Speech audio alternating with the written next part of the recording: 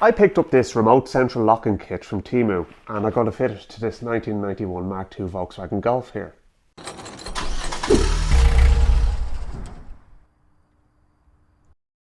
The kit consists of this module, wiring harness, and a set of 4 of these actuators here, and then obviously there is the key fobs as well. So what we're going to do basically is we're going to start by taking off the door card on the driver's side door of this car. What makes this different in this case is that this car actually already does have central locking. It's the original OEM factory central locking, which is pneumatically operated. And I want to integrate that system into this because the pneumatic central locking in this requires you to put the key in the driver's door, which is no great hardship if you're getting in the driver's door, but if you're over the other side trying to get the kids into the car or something like that, or you're putting shopping in the boot, it's a bit of a pain in the face having to go around to the driver's door to open it first. So really the only actuator we need to actually use is the one for the driver's door. Of course, if your car doesn't have central locking, then you're going to have to install the actuators on the other doors, whether you have 3 or 5 doors to worry about. You can put an actuator on the boot as well, but it's beyond the scope of this video. Taking off the door card in a Mark II Golf is a very simple operation. So we can start by taking off the cover for the door handle here.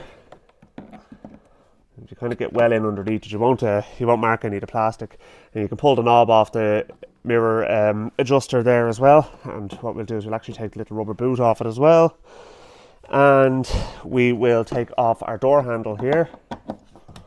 There's 2 Phillips screws, and that comes off. Now we can take off the cover for our window roller.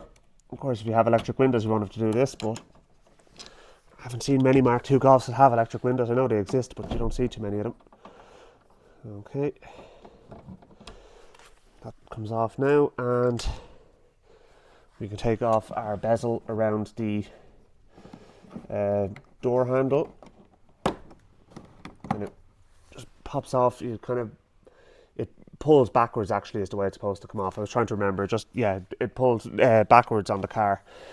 And then there are 4 Phillips screws, 2 on either side down here, and then down on the other side. And if, like this car, you have a speaker in the door, then you will need to disconnect the speaker when you remove it, but it's only a little 2-pin connection.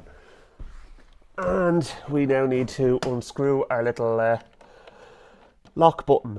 Be careful not to lose the surround for the lock button. It's a very easy bit to lose if you forget to take it off. So we're just going to pull that out of there now, and now basically that's ready to come off. So we'll just pull it at the bottom. It's just kind of hooked on to 2 sort of clips there, and then that comes off as well. And then this, well, it shouldn't, but it did in this instance. And we'll just pull that away, and remember to disconnect our speaker. So there should be a plastic membrane inside your door. If there isn't, I would suggest you put one in to stop moisture ingress. This one is, I'm going to have to re-stick this. I'll use the opportunity while I'm in here to actually do that. But I'm actually going to take it off all the way because we're going to be attacking wiring down the far side of the car as well. Or the far side of the door, I mean. Alright. Pull that through and we get that out of the way. So now, next thing to do is to have a look for your central locking switch, which if you have central locking already in the car, you'll see there's 2 Phillips screws here, and there's a little motor jobby down the back here, and the wiring for it is going up along here. Now, what I'm going to be doing is I'm going to be taking this switch out and I'm going to be replacing it with the central locking switch that came with the kit. Because if you look at the actuator here, it is an actuator / switch. So you have 5 connections on it, okay? The blue and green are the ones for the motor in it, and then these lads here are the switch. And the switch is going to replace the switch that's in here, which doesn't have an actuator on it. And then we're going to, so first of all, we're going to take out those 2 screws. This switch kind of disintegrated on me at one point, so what I've actually had to do is repair it. So we'll be it was only a kind of a temporary repair just so that the car would have central locking for a period of time. So now You'll see here, they wouldn't normally have had the piece of wire coming out of here onto those connections, obviously. They would have had this connection here, but it's badly corroded. The pin, it's so much so that the pins actually came out of it. So like the pins disintegrated off it. So I'm going to disconnect those 3 wires. That's for the scrap heap, basically. And you'll see here we've got our rod. Now, I'm hoping that we'll be able to actually use the existing rod on the car for attaching the new central locking. I don't see why we won't be able to, actually, to tell you the truth. So let's look at getting that in first, because that's kind of the most fiddly part of it, so to speak. We may have to make a hole in the door to attach this. But right now that's up, and so when it's up we want this to be up. So we need to get the correct position for that. So let's see now. If even one of the holes lines up, it would be absolutely fantastic. And look at that, it does. It lines up perfectly down there. So much so that I think I could actually even use the factory screw for holding it in. Now, are we going to need something to hold that rod in there? I think it probably wouldn't be a bad idea just to put something on. I'll have a think. Is there something in the kit that there's a bag of hardware that comes with this as well for attaching the actuators and rods and pins and all that kind of jazz. So there's this little block here. Yeah, that'll work. If I put that on there, just put a screw through that. But will it limit the movement of... Let's see. No, it won't. So we can actually use that. Okay, so now, so we need to make sure, as I said, that the switch is at the switch / actuator is at the full extent of its movement.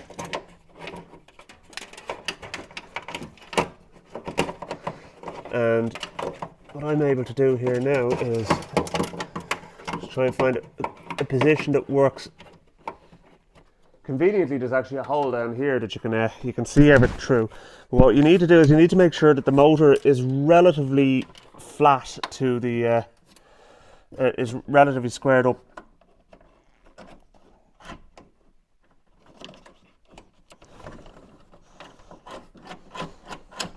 Do you know what? I think it's just pulled in too much by this screw. So what I'm going to do is I'm going to take the screw out and we're going to just put a little washer in behind it.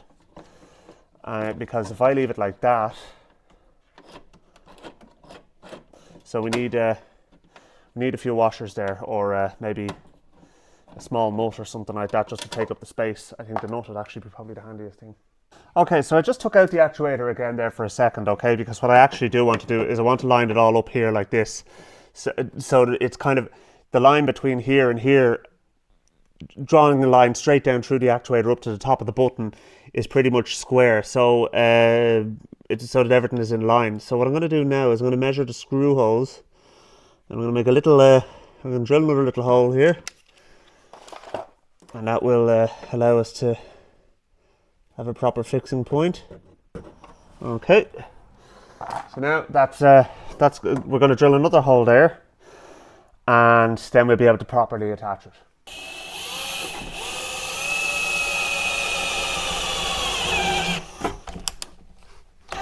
Okay, so now we should be able to attach this properly now.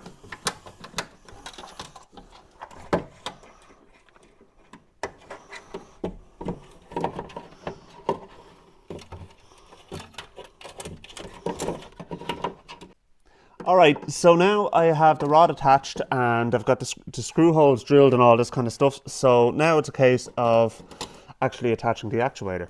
So they actually came with quite long screws, so I think I probably will use at least one of the screws it came with, simply because of the fact that they're longer than the factory ones and I don't have as much room to play with. So what we'll do is we'll pass the screw through here, and as I said, I'm putting a nut on the other side, and the nut is just going to basically space it out so that it's kind of correctly lined up, but it's not pulled in hard against the door skin. So Let me put that there.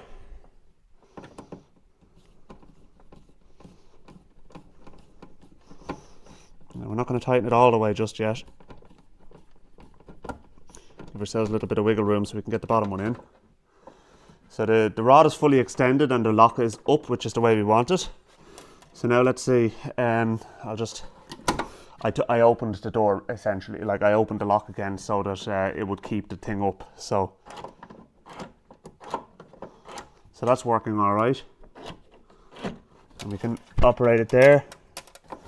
So now we can get our bottom screw in as well. So that will go here.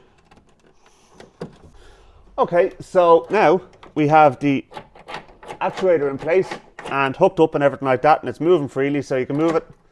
I'm moving the actuator there now and it's pushing the bolt of the door up and down, which is exactly what you want, and you can do it with this, which means you'd be able to do it with the key as well. So we don't want to upset the existing system. So normally what you do is you would connect all 5 of these wires into the new module. So the wiring harness allows for that. But what we would be doing is, in this instance, we're not going to be connecting these 3 wires here, the brown, white and black ones, to the module. We're going to be connecting these into the vehicle's existing wiring harness. So that's this lead here, and as you can see, you've got 3 wires.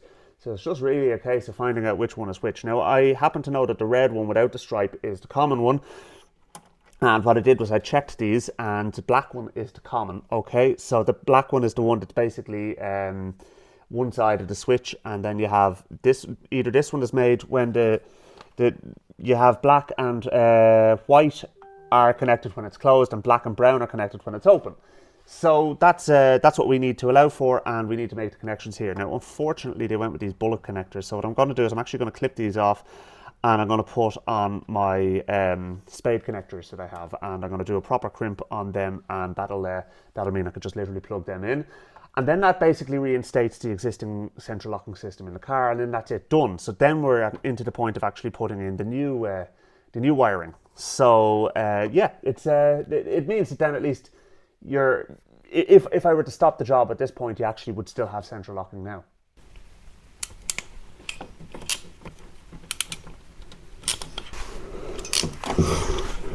Okay, so that's our 3 new spade terminals put onto the wiring of this. Now, I have to say the wires are quite flimsy, to be honest with you, but look, they'll do the trick anyway. So what did we say? We were saying black was the common, wasn't it? I wrote it down on this anyway. So black is common, yeah. Okay, so that's going to go to the red here. Okay. Now, as far as I remember, I think the white on this is actually, the red and white is for open. So let's have a look and see now.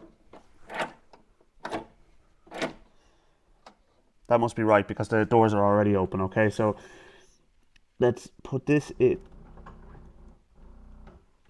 Alright, so that's after locking the doors now. Yeah, I've got them the wrong way around, so when I lock this door, it's open. Alright, not a problem. So we swap these. Okay, so now, when I open this door, it should open the central locking on the rest of the doors. Weird. I swapped them around. Let me have a think about this. Okay, so by touching the wires off each other here, so I found that the yellow trace is closed and red is common. So let's have a look and see now.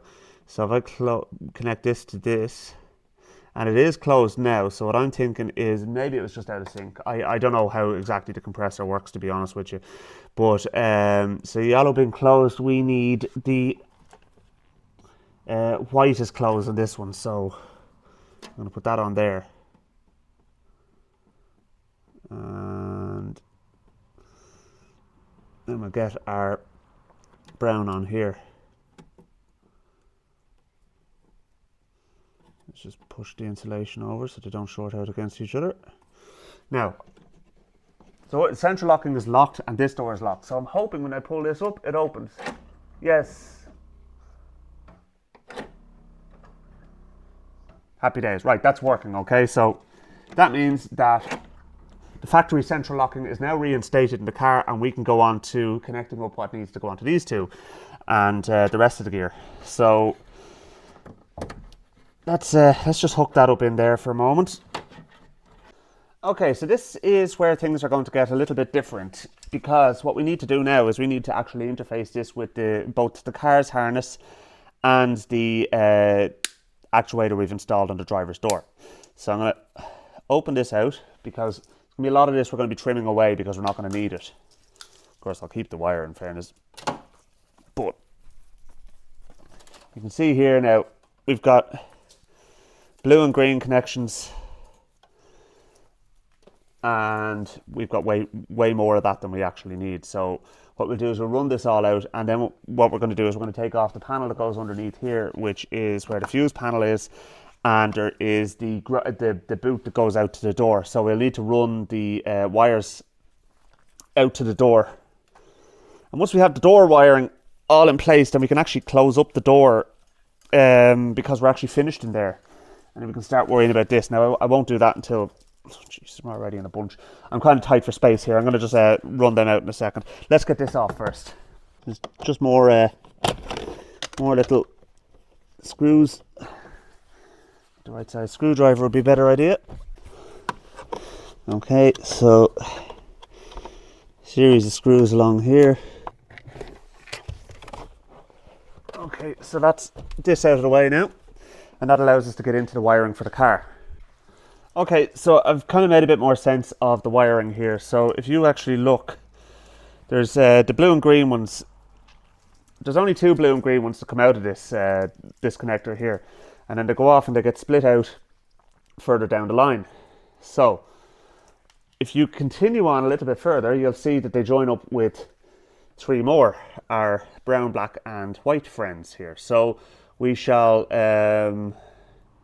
take off the tape, because we're not going to need the brown, black and white ones.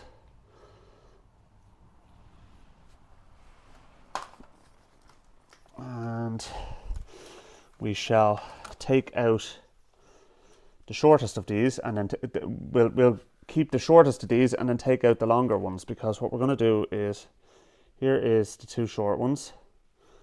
I'm going to actually run these out into the door. Cut these here. All right. So that gets rid of a load of wire already. It's taped further down the line. So let's see where the shortest of the blue ones is. This one here.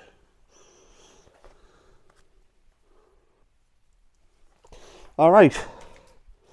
So that gets rid of all of this superfluous wiring. So we throw that over there. I probably won't keep it. Actually, it's pretty crap as far as wire is concerned. I'm just going to tape this up. I was thinking of cutting there's like heat shrink here, and I'm actually not going to even bother touching the heat shrink. I'm just going to tape these up, and that'll keep them safe, and then we can run these out into the door. Right, so now that we have the wires all taped together and stripped out a little bit and everything as well, what I'm going to do is I'm going to actually peel back the boot here that goes into the door. And the reason being is because I want to be able to feed those wires through. So you can see here I have the ends of them taped together like that as well. So it should literally be a case of there's like a boot kind of thing here. You just have to poke the wires through. All right, so here we are.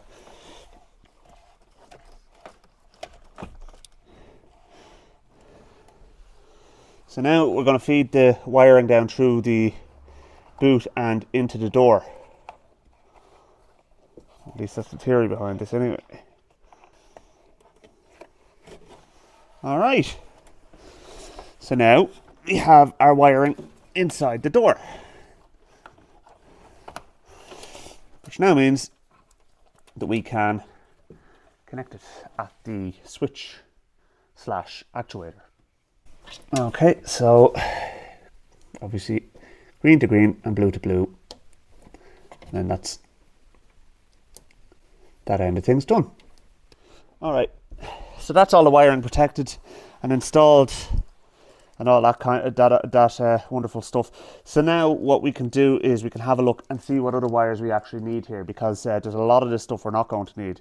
Now we have a pink wire here, and that goes down to, it splits in two here. So let's have a look at the wiring diagram. All right, so we have a pretty straightforward wiring here, okay? So the red and black is going to be your positive and negative. Now, the black is actually split in two because it would have actually gone down to the door switch, which would have provided another neutral path there, but we're not going to be using that. So we will we'll shorten that wire out as well, and to be honest with you, I'd say we could probably even cut it out before there. But we'll find out where we're going to be picking up on our earth point anyway in a minute. We're going to have to take the fuse panel down, and we're going to have to find out where our central locking supply is in the car, because we want to run the new module off the same system, and we also want to be able to tap into our indicators as well, so that when you lock or unlock the car, it flashes the indicators. So that's going to be our, let's see, so we have red, black, blue, green. Okay, so there we're going to need those. Okay, so they're the four. And then pink is going to be for the direction lights, as it calls them, which is our indicators, obviously. And they very kindly put a fuse on that. So that's it's fused, and it's also split in two as well. So that's going to be how we're going to tap into that. White and brown are for I don't know. Oh, an interior switch or ultrasonic lights or ultrasonic sensors, because this actually can operate as an alarm as well. But this is not the alarm. This is not the alarm kit. It's just central locking. So we have white, brown. So yeah, these can be removed, and yellow would be for siren, and then orange would be to boot release solenoid, but I am not putting a solenoid in. So what I'm actually going to do is I'm going to take all of this stuff, and I'm going to shorten these wires down to here, because we're not going to be needing these, and I'm going to wrap the rest of them up, and that'll keep everything out of the way. It's always a bad state of affairs when you're stuck into a Haynes manual for wiring diagrams, but sure, look, we'll see if we can find the right one. Oh my god, straight away I can see this is going to be a pain in the face. I don't know why, but I have that song Welcome to the Jungle stuck in my head. Anyway, the fuse panel comes out quite easily in a Golf. Yeah, electrical trouble. I need to try and find, there's like 8 spades terminals on the back of this on their own apparently, and it's one of them, and it's a red wire. So yeah, I mean, these wiring diagrams are a pain in the face to read, but the information is there once you kind of figure them out. So yeah, I just have to trawl through it and try and make sense of it. No. Ooh la la. Ooh la la. Ooh la la. Like there's our central locking one there. So you have a T1D, well, let's see, fuse 21 anyway, we know that much, okay, and then it comes down to L7 and L5. So L7, when you L5 goes to the boot light, which this car doesn't actually have anyway, and then L7 comes down here and goes off to the boot light timer, and then splits out and then goes into the door light switch as well.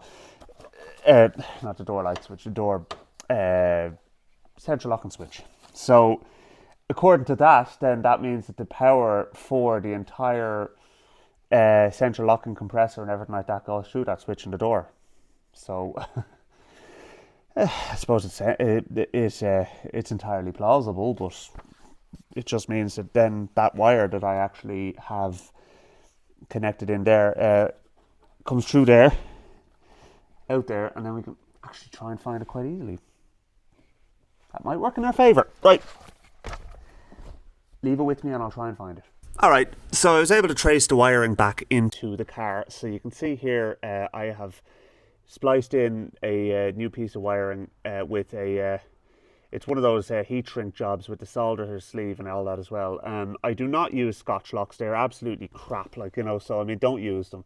it's a great way of ruining your electrical harness. So anyway, what I did was I spliced in this wire here, and you'll see I put a spade terminal on that as well. Okay, now the reason being is it means we can actually plug in the central locking module separately to the rest of the car's wiring, and not kind of interfere with it too much. Now I did have to disconnect, there's a wire down there, I'll be reconnecting now in a minute as well. But conveniently enough, up here is where our earthing point is, so we actually have a spade terminal on the earth as well. So basically that means that we actually have a full set of wires going down to our connector here. So so what I'm going to do is I'm going to plug this in here, and then that means that this connector is live, and we're basically done in that regard.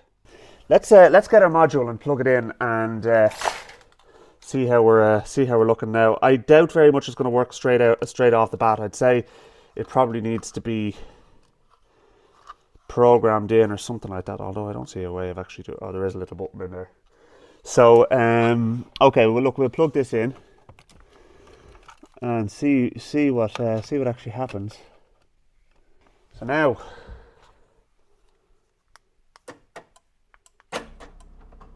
hey,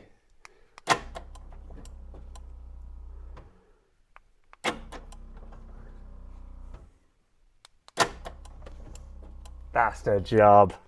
Right, brilliant. Okay, so now last thing to do is I just want to find out where the connection point is for the indicators. Now I want to go off the hazard light circuit because it comes with 2 pink wires and allows you to connect into left and right. But to me, I don't know why you wouldn't just go off the hazard light circuit, which already connects to all four corners. Seems to make more sense. So yeah, we'll do a bit of searching and find out. Okay, so because of the way the hazard light switch is kind of an integral part of the indicator switch, it's not that easy to tap into to get a positive connection there, like for all 4 indicators, or 6 in actual fact. So what I did was I took the black and green that's coming down and the black and white that's coming down, which are the outputs from the switch to each of the sets of indicators. So now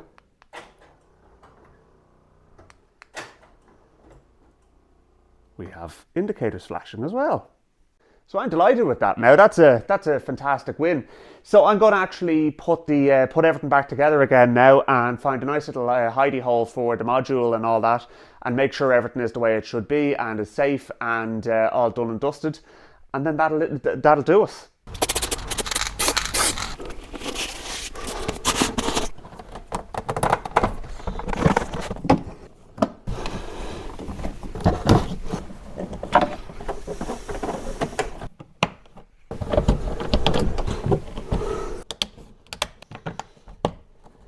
There we go, there's the driver's door put back together.